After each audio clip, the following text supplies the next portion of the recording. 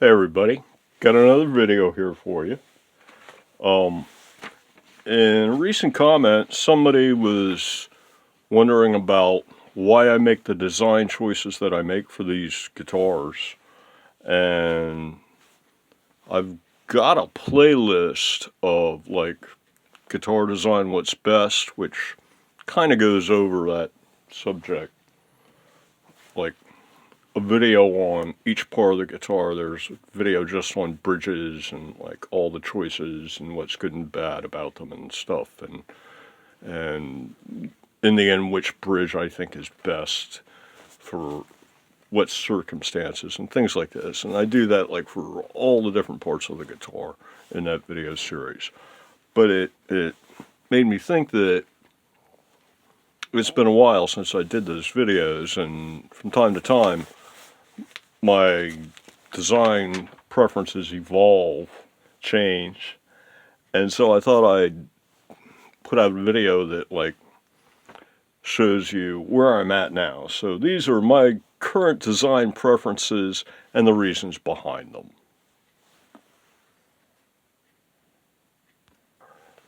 Okay, design preference number one.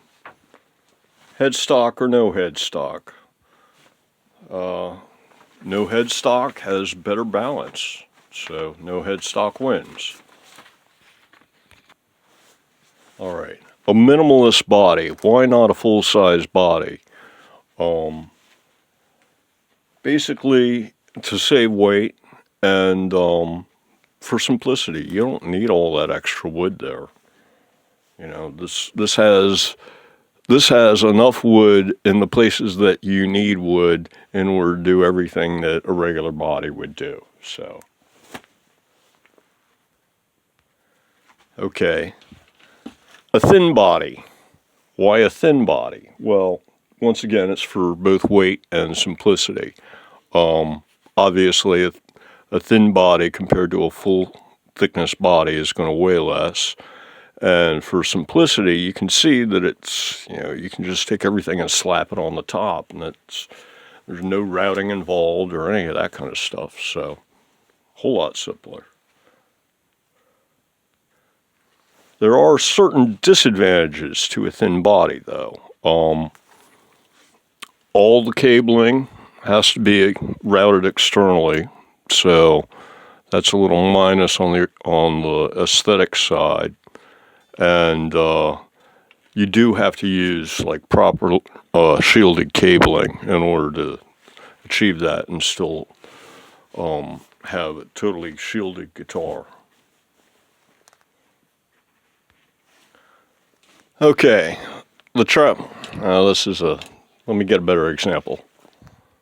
Trapezoid neck profile. Okay, the trapezoid neck profile with the 10mm wide spine running the full length, and then just a hard V basically. What this does is, and the whole thing's only 20mm thick. And what this does is this means that the cross-sectional area in your hand is smaller, which means that you can, the cross-sectional area in your hand is smaller, which means that your fingers reach further. So, yeah, you can get around this thing way easier than on like a larger profile neck. And the reason why I don't do a diagonal spine is because if you just took this and shifted it diagonally, like that, kind of an idea. The problem is that when you shift it diagonally, if you got the spine out like here, and then you got slope coming all the way down here, then you're going to cut into the truss rod cavity. And so in order to avoid that, what Strandberg does is they've got to make the whole thing just ever a little bit beefier all the way around, is basically the approach they seem to take, so that overall the cross-sectional area, at least in some sections of the neck really has to be bigger than this. I mean, this is probably, unless you want to scallop the sides, which, fluted like a column, which tends to give you rougher edges here, sharper corners, edges, which is a bad thing. And so you don't really want to scallop this too much, I don't think. Ben Crow Crimson Guitars tried it once on a neck, and he said it wasn't that good. And I believe him. So this is basically as little wood as you can get away with in your hand and still have sufficient strength and stuff like that. So that's the reason for the trapezoid profile and the 20 millimeter thick necks. Okay, the flat heel. There, the whole idea is to reduce the amount of wood that's in your hand when you're down here doing the handshake, as Phil from Know Your Gear likes to call it. So yeah, that makes the heel joint smaller. And then the triangular shaped heel joint, once again, that's about making the whole heel joint as small as possible. You can actually probably go to a 30 millimeter by 90 long heel, triangular heel, but this is already so small that unless you've got like really small hands, I didn't really see any need to make a 30 by 90 heel the new standard, so to speak. So my new standard triangular heel size is 40 by 90 with the screws 50 mil apart and 10 millimeters up from the end of the neck. And then that leaves you 30 millimeters here for tapering. Okay, the 2-screw heel joint is for simplicity. I'm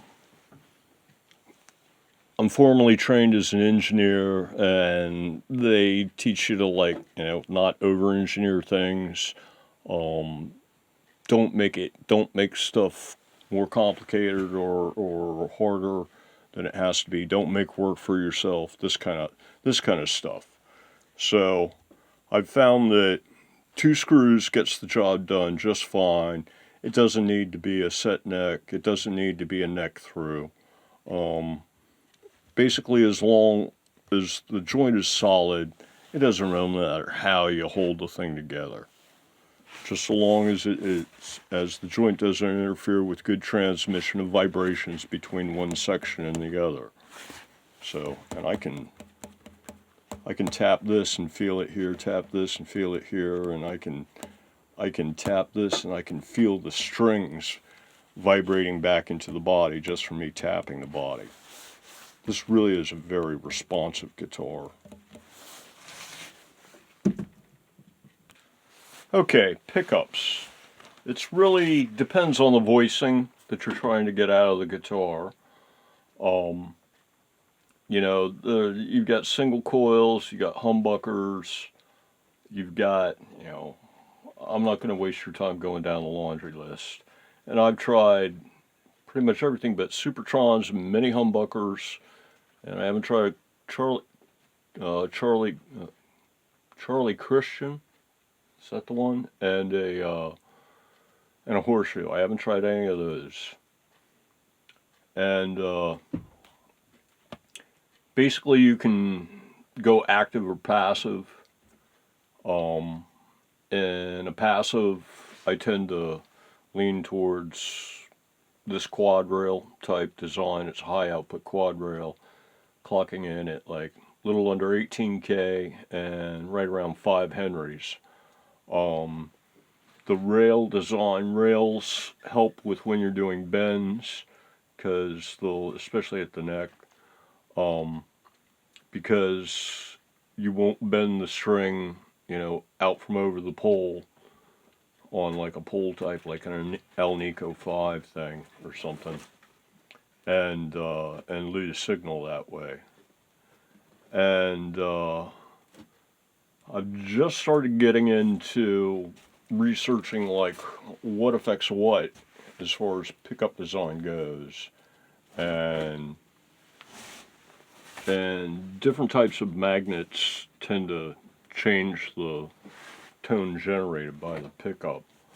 And from what I've learned so far, that for a more kind of metal type build, a like a ceramic's going to be preferred.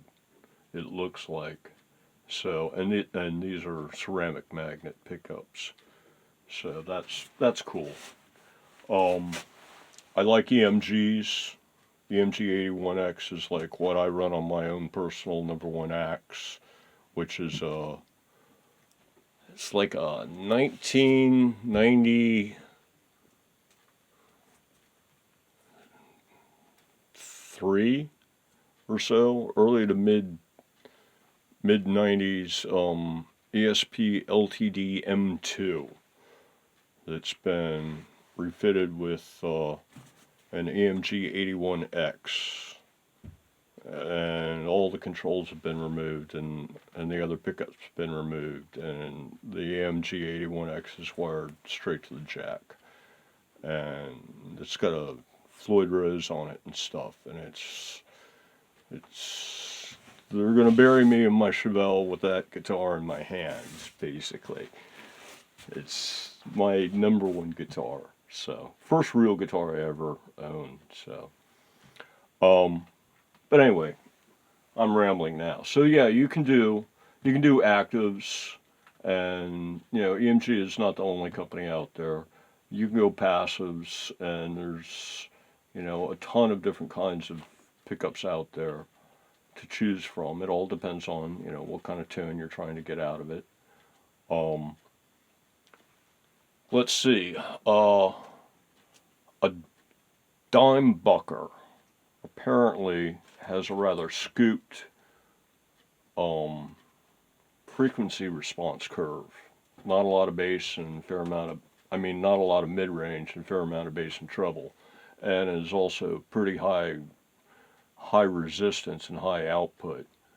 And so those are looking pretty good, but it's a Seymour Duncan, and it's so it's about $100 a pop. So and they don't make like a set of three or anything like that with matched anything like that. So, but that would be an example of course. Then that's only chasing a certain kind of sound, which would be a more metal kind of a guitar. Would be that would be a nice pickup, but even not necessarily even metal, because just in general, I think that guitars and pickups and amps all naturally have too much mid-range, and that they sound much better when they're scooped, when you cut the mids and you boost the bass and the treble. And so I've done experiments with like removing slugs from pickups and stuff in order to change the frequency response curve. I've even got a video on using the screws on a humbucker in order to change the frequency response curve of the pickup. And that's another approach that can be done. But unfortunately, that only has a limited effect on the tone. It's not even as powerful as an onboard EQ. So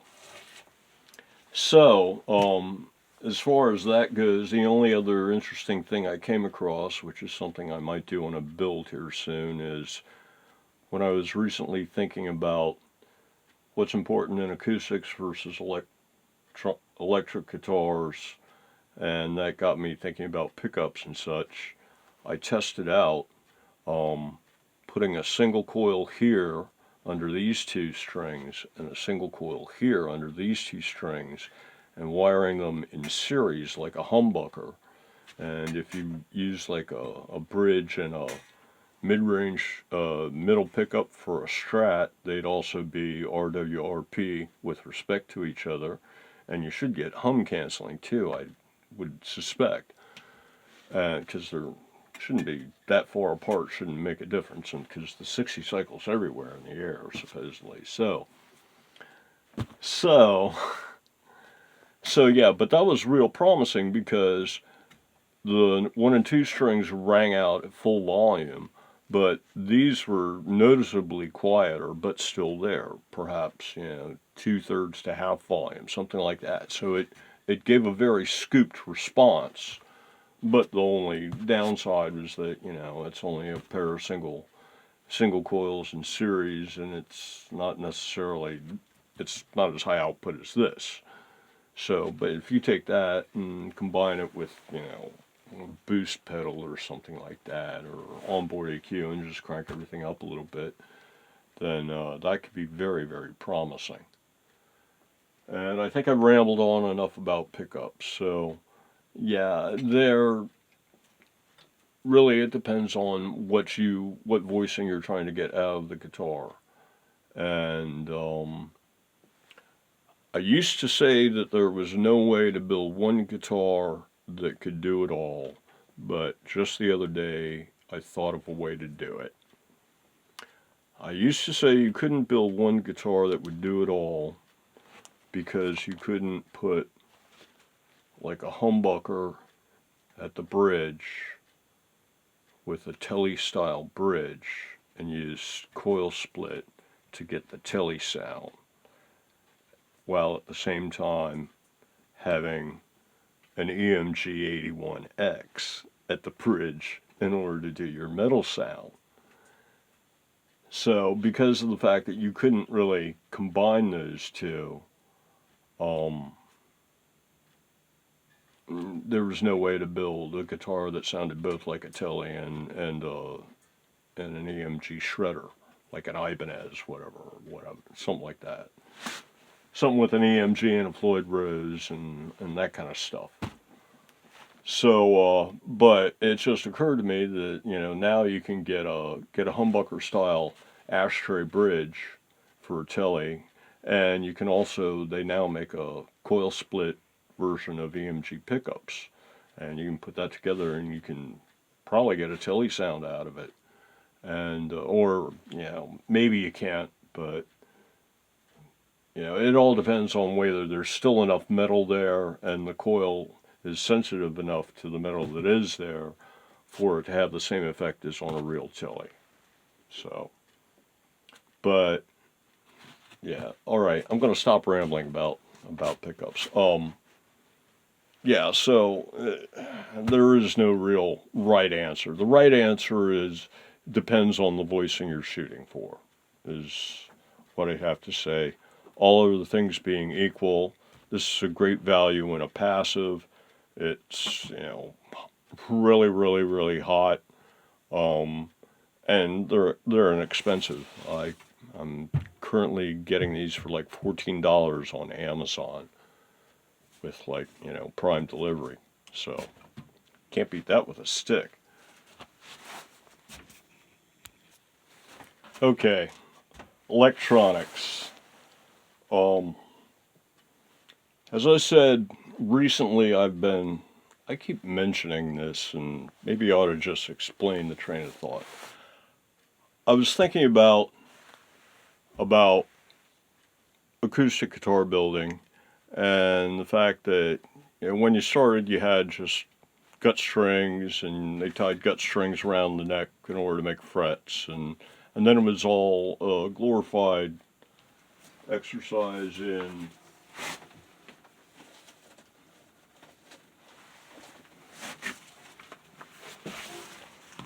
building speaker enclosures, guitar bodies, guitar boxes, sound boxes for the guitars in order to project the sound of the strings. So, but then you get a whole paradigm shift when you change the way that you're getting your sound by going to an electric pickup. And so that got me thinking about coils and fields and strings, which is really what it's all about in the electric world.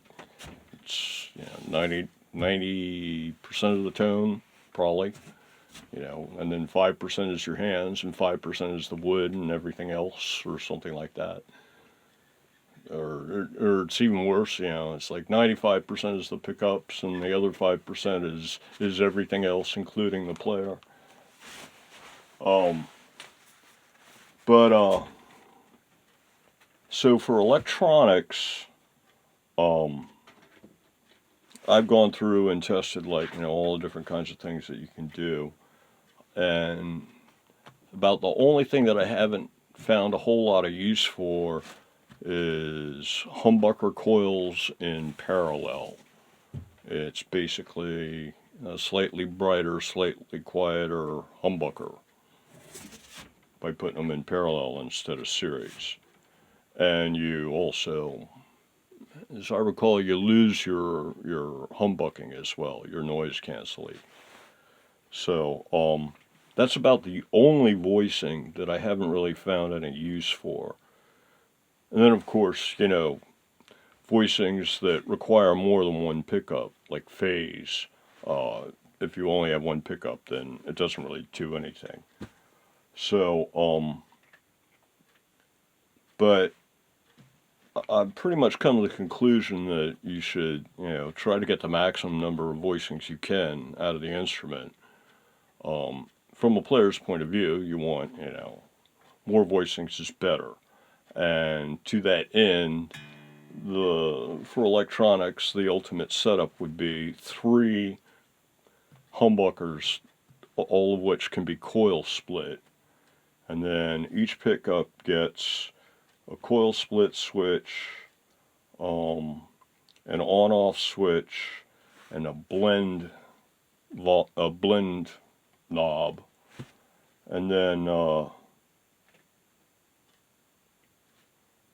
And then let's see. And then for the whole guitar, you get a blast switch, a volume knob, an onboard EQ, and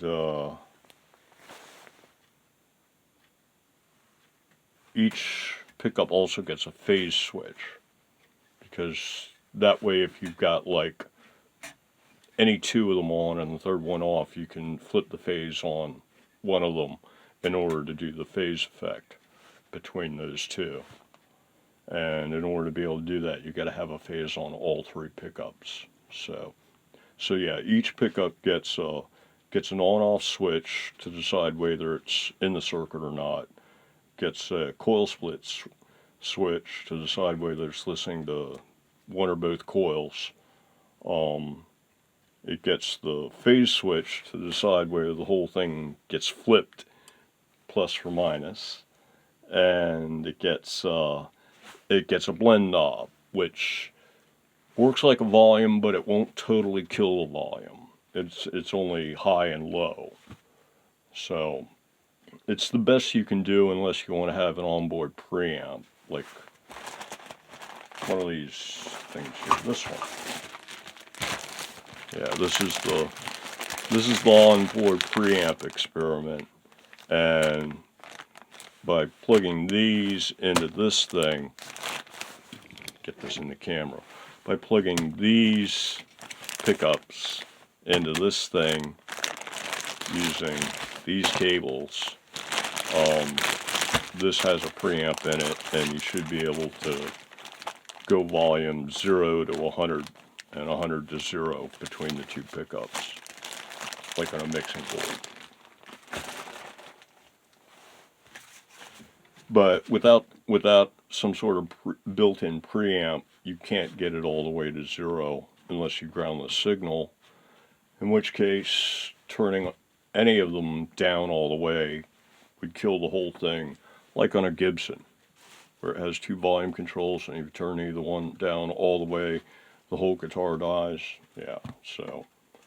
And I did actually have some success with instead of grounding them, just grounding them, and then you turn it down and it's grounded and then it dies.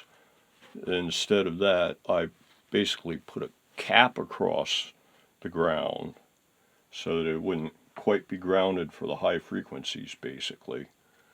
And I found that kind of worked, but I didn't really explore that any further. But that's might be a possibility. The way that wiring more or less works out to being is when the volume was all the way up, it would be like a volume control all the way up.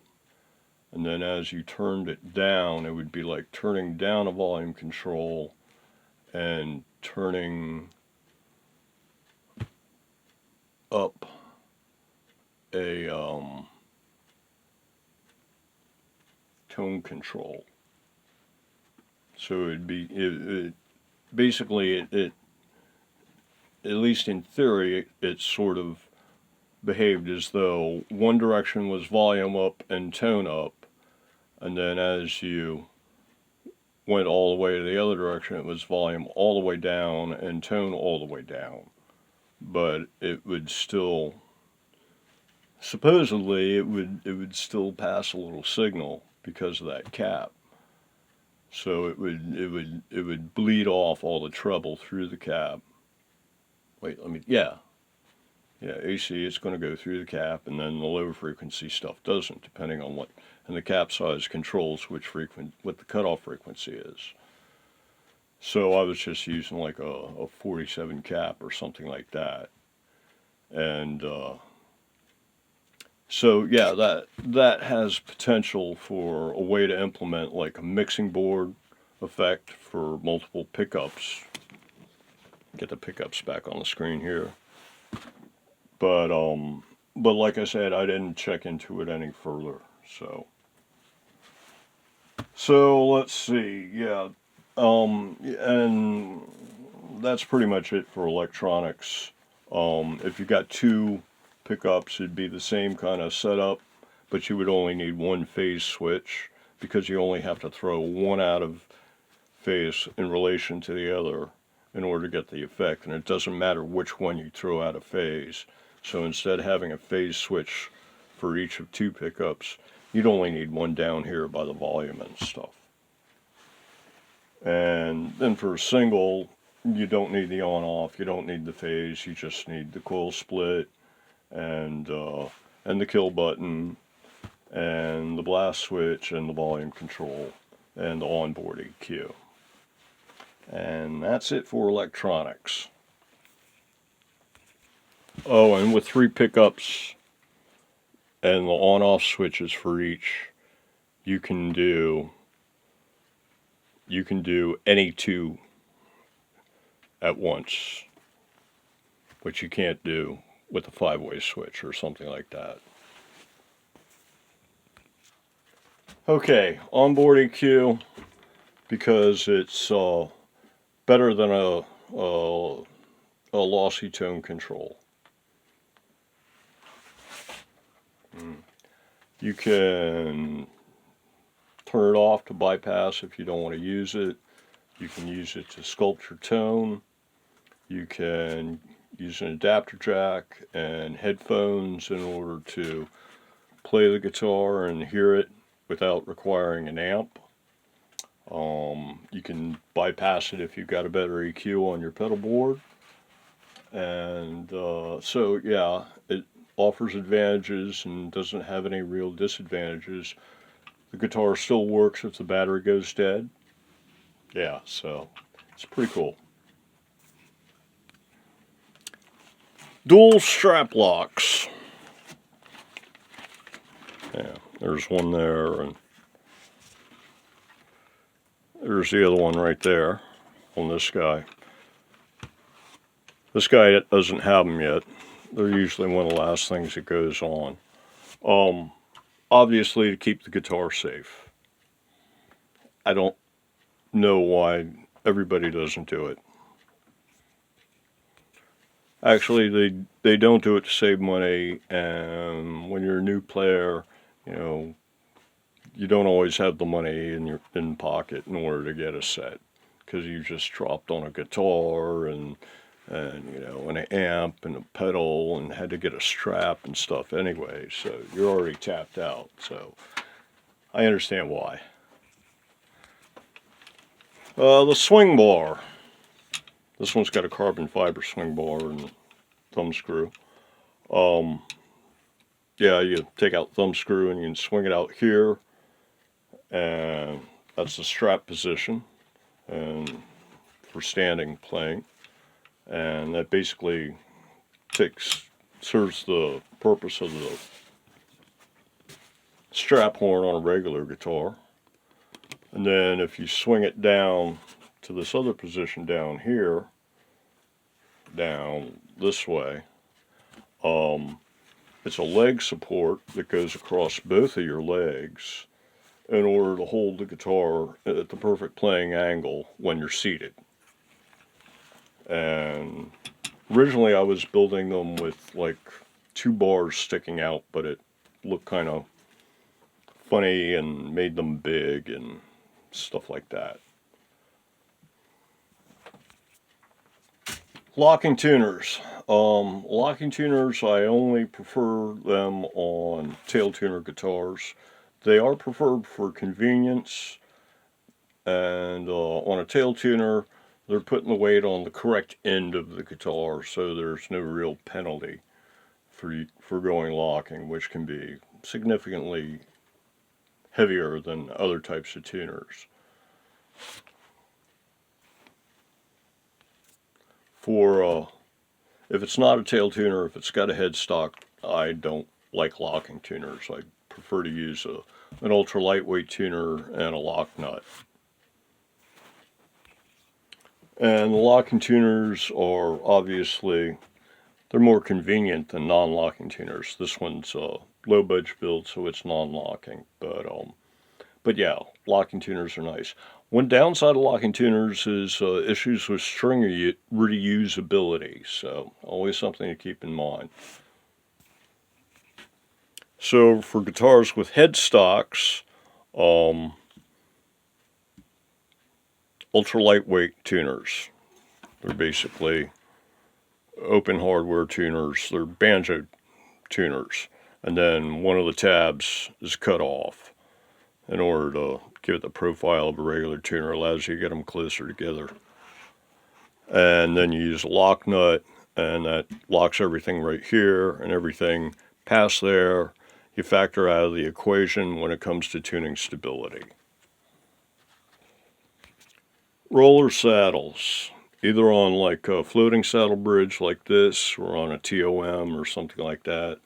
Roller saddles are preferred for tuning stability. You do a bend, and with a roller you got a better chance of it coming back precisely where it was. If you got a knife edge, it might catch like on one of your winds on a wound string, something like that. Minimalist headstocks, another weight reduction thing. The more weight you can take off this end, the better for a guitar that still has a headstock. It makes the guitar so much better balanced. Roller trees, smoother tuning performance. In this particular case, it's got a roller nut as well, so it also improves tuning stability because, once again, you do a bend and it's more likely to come right back where it should be if you have rollers. Headstock shoulders on tail tuners. That way you can still hang it up in a wall hanger for a guitar.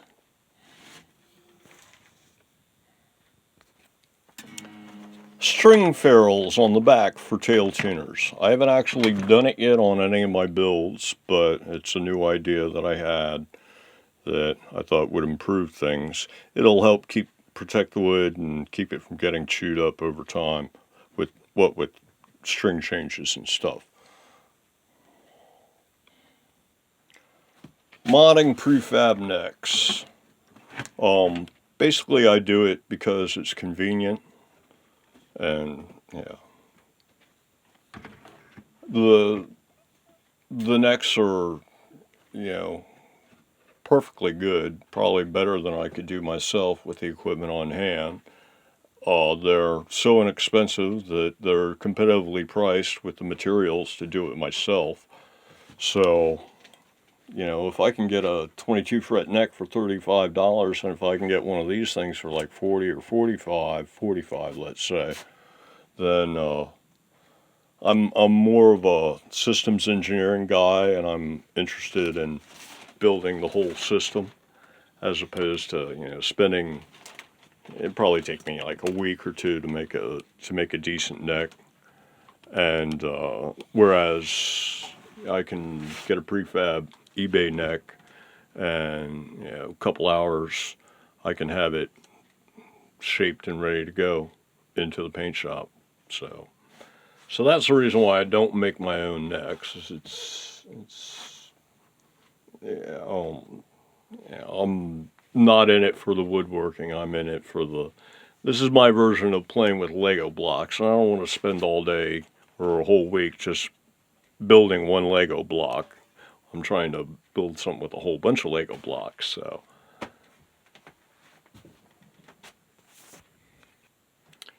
depth pick guards. The idea behind this is it keeps you from deep picking, which will slow you down. So it prevents over picking too deeply. You can see this one's already got a little bit of scratch work on it from where I've been playing it. Okay, the position of the leg bar cutout right here, or the quote-unquote leg cutout where your right leg would go when you're seated. Compared to a traditional guitar, the leg cutout puts your picking area when the guitar's wait a sec. Turn around this direction. Here we go. When the guitar is at the playing angle and you're seated on a traditional guitar, the leg cutout is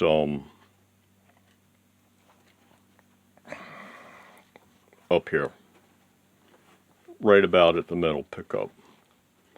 Now this leg cutout is moved back here to the bridge position, more or less, to right around where the bridge is, where the first bridge pickup. And what that does is that shifts the whole guitar to the player's left by about 4 inches or so. And what that does is, if you think of like a traditional acoustic guitar, it goes back to this. You had to build a big speaker enclosure, but you also had to put the thing on your lap in order to play it Spanish style. So they ended up with this kind of a body shape. Worked pretty good for both left and right-handed players, because then you would have like the cutout area where you could put your leg, and or at least that was one way to hold the guitar. And then when they went to a solid body electric, that kind of shape carried over from acoustics, and as a result, your right hand naturally would fall in this area for playing when you were seated on a traditional guitar.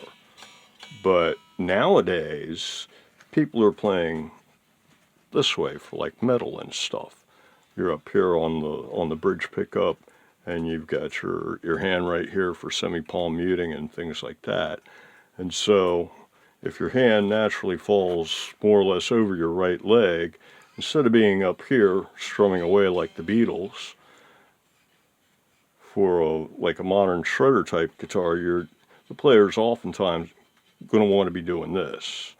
And so all these guitars, the leg cutout has been moved towards the bridge, 3 or 4 inches compared to a traditional guitar, so that the whole guitar moves to the left compared to the player.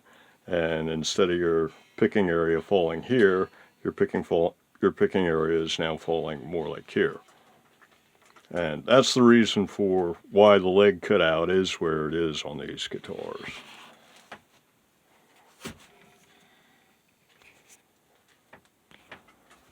And in case I forgot to mention it, the whole idea in the long leg bars that it goes over both legs, and it solves all the problems of balance for the guitar. It holds it perfectly at the proper playing angle.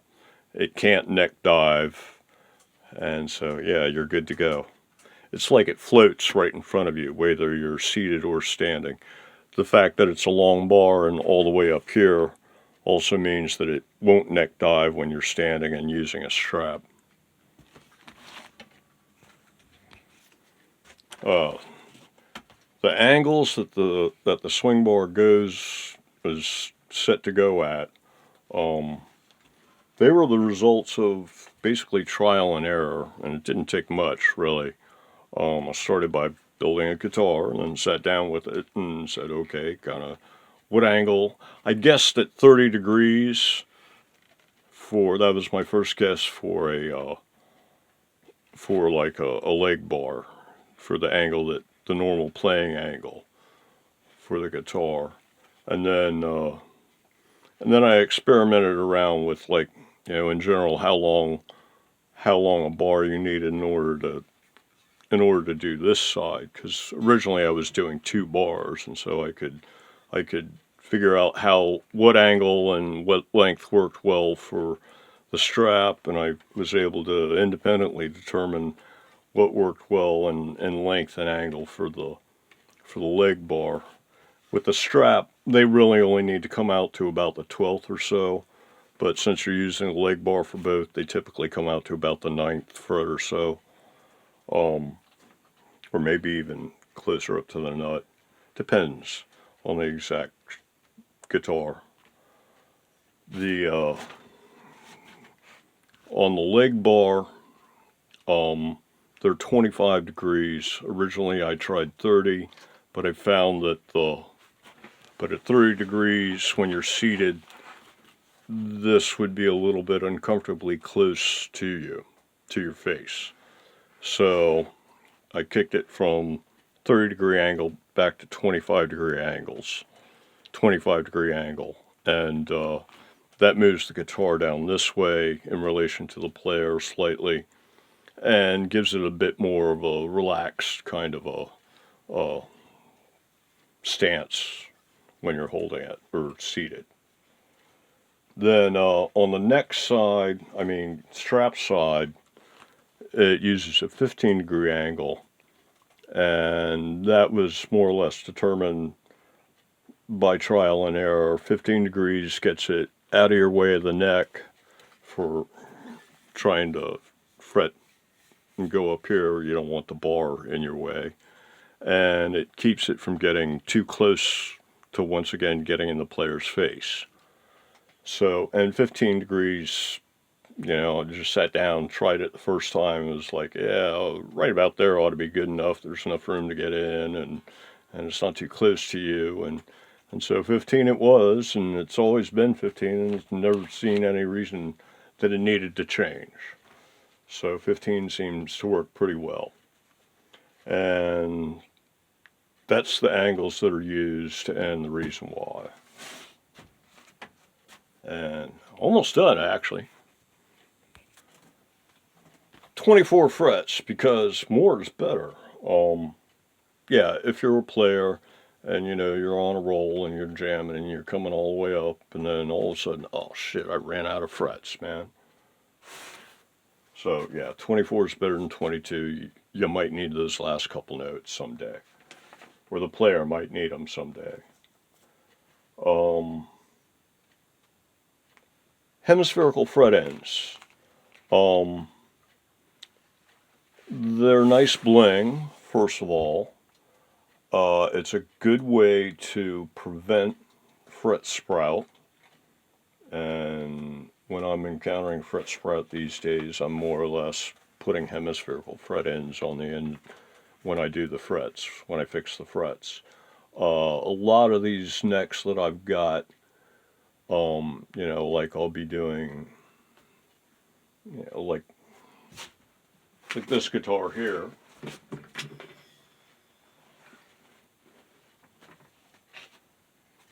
This is actually version 4 of this guitar, and so these frets, while they aren't hemispherical, they don't need anything at all. So they're in fine shape, the ends of the frets, and it has no sprout or anything, so I have no reason to mess with it. But going forward, my general approach is rolling around with sandpaper, and if needed, I can break bad with the files. And if I break bad with the files, I usually end up rounding, doing more or less hemispherical frets, because I've found with practice you can do it pretty quick. It's still, you know, a couple hours work at least in order to do it. Probably closer to 3 than 2. But yeah, with the right combination of files, basically you're using just a fret end dressing file and like a half round file, and you can get some pretty good results pretty quickly. So, and let's see, hanger brackets. When you've got guitars that have like a Steinberger nut on them, I like to put a hanger bracket on the guitar, and that way you can hang it up on a peg, because the Steinberger type neck or nut, these types of guitars, there's no headstock whatsoever, there's no shoulders, so it doesn't work with a regular guitar hanger. And you know, hanging it up on a peg or a nail or a hook or something works just fine. So, and the other, there was a point when I was like putting on like T-brackets or building wood shoulders on and things like ours. And if I had to spend $10 on a hanger for each one of these kind of things, or do something like that, oh my God, I'd be, you know, for that, there'd be enough money to buy the parts for like 5 builds at least. So I just use like paracord and a nail, and you just take like a yard's worth of paracord and tie it in a loop and hang it over a nail, and then you've got an instant guitar hanger for you know, a regular guitar with a headstock. And then you don't even need the paracord if you're got something like this, and you just need the nail. And that is the last of the preferred design features. And so yeah, that does it for this video. Now you know everything that now you know all my design, my current design preferences. And like I said, they're constantly evolving, and there's one now that like I've changed my mind on 3 or 4 times, and I seem to waffle back and forth between this is good and this is bad, like once a month or something. I can't remember what it is right now. But yeah, so that's where I came up with all this stuff and why I'm doing things the way I'm doing. And yeah, some food for thought maybe. And it might have been some surprising things you learned in there. The net result of all these types of things is well, let's see. For example, this guitar here is my lightest build ever at 2 1/4 pounds, and it's just really nice in that respect. I mean, this thing is, oh my God, this thing is heavy by comparison. And this has a carbon fiber neck on it too. So this neck actually is 30 grams lighter than this neck. But this thing with the body and the Steinberger is heavy. That's one of the downsides of the Steinberger that I forgot to mention, is that the trim itself weighs a lot. It's like 2 pounds for the trim itself, I think, something like that. So it's definitely not lightweight. Most all the weight of this carbon fiber guitar here is the Steinberger trim. I forgot one. Bridges. For bridges, if you want to trim, overall trim or no trim, a trim is better because it, you can do more sounds. For guitars with trims, and a no head, the Steinberger seems to be the best choice. It's double locking. You can lock it into a hardtail position. It's got the thumb screw adjustment. It's got the fine tuning. It does weigh a lot, unfortunately, but it seems to be the only system I've found, other than like maybe a Strandberg or perhaps a Kiesel or something else where you have to buy the whole guitar in order to get that bridge. It's about the only thing I've found out there that has all of those features, especially the hardtail lock. The one other trim that I did try has all those features, but it's not as easy to use as the Steinberger R trim here.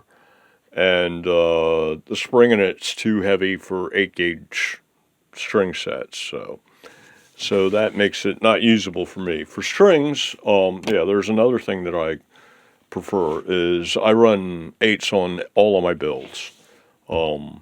As a player, I switch down to 8s because they're less effort.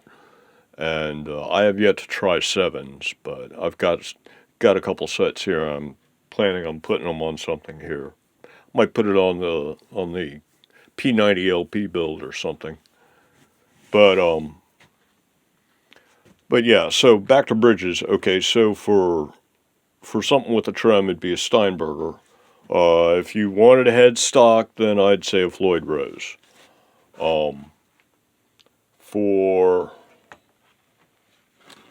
a tail tuner, let me set this aside.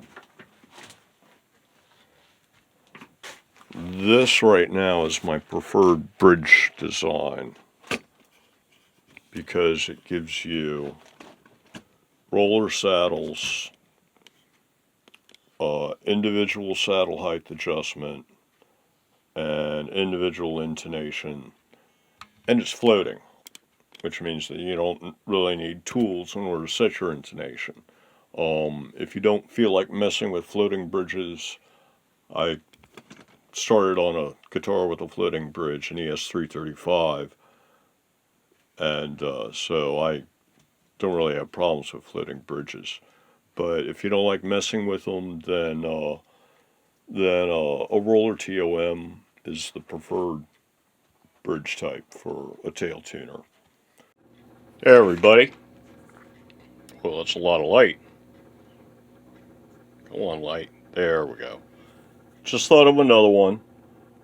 When it comes to jacks, output jacks, a flat jack is preferable, because if you go for something like, now we need the light.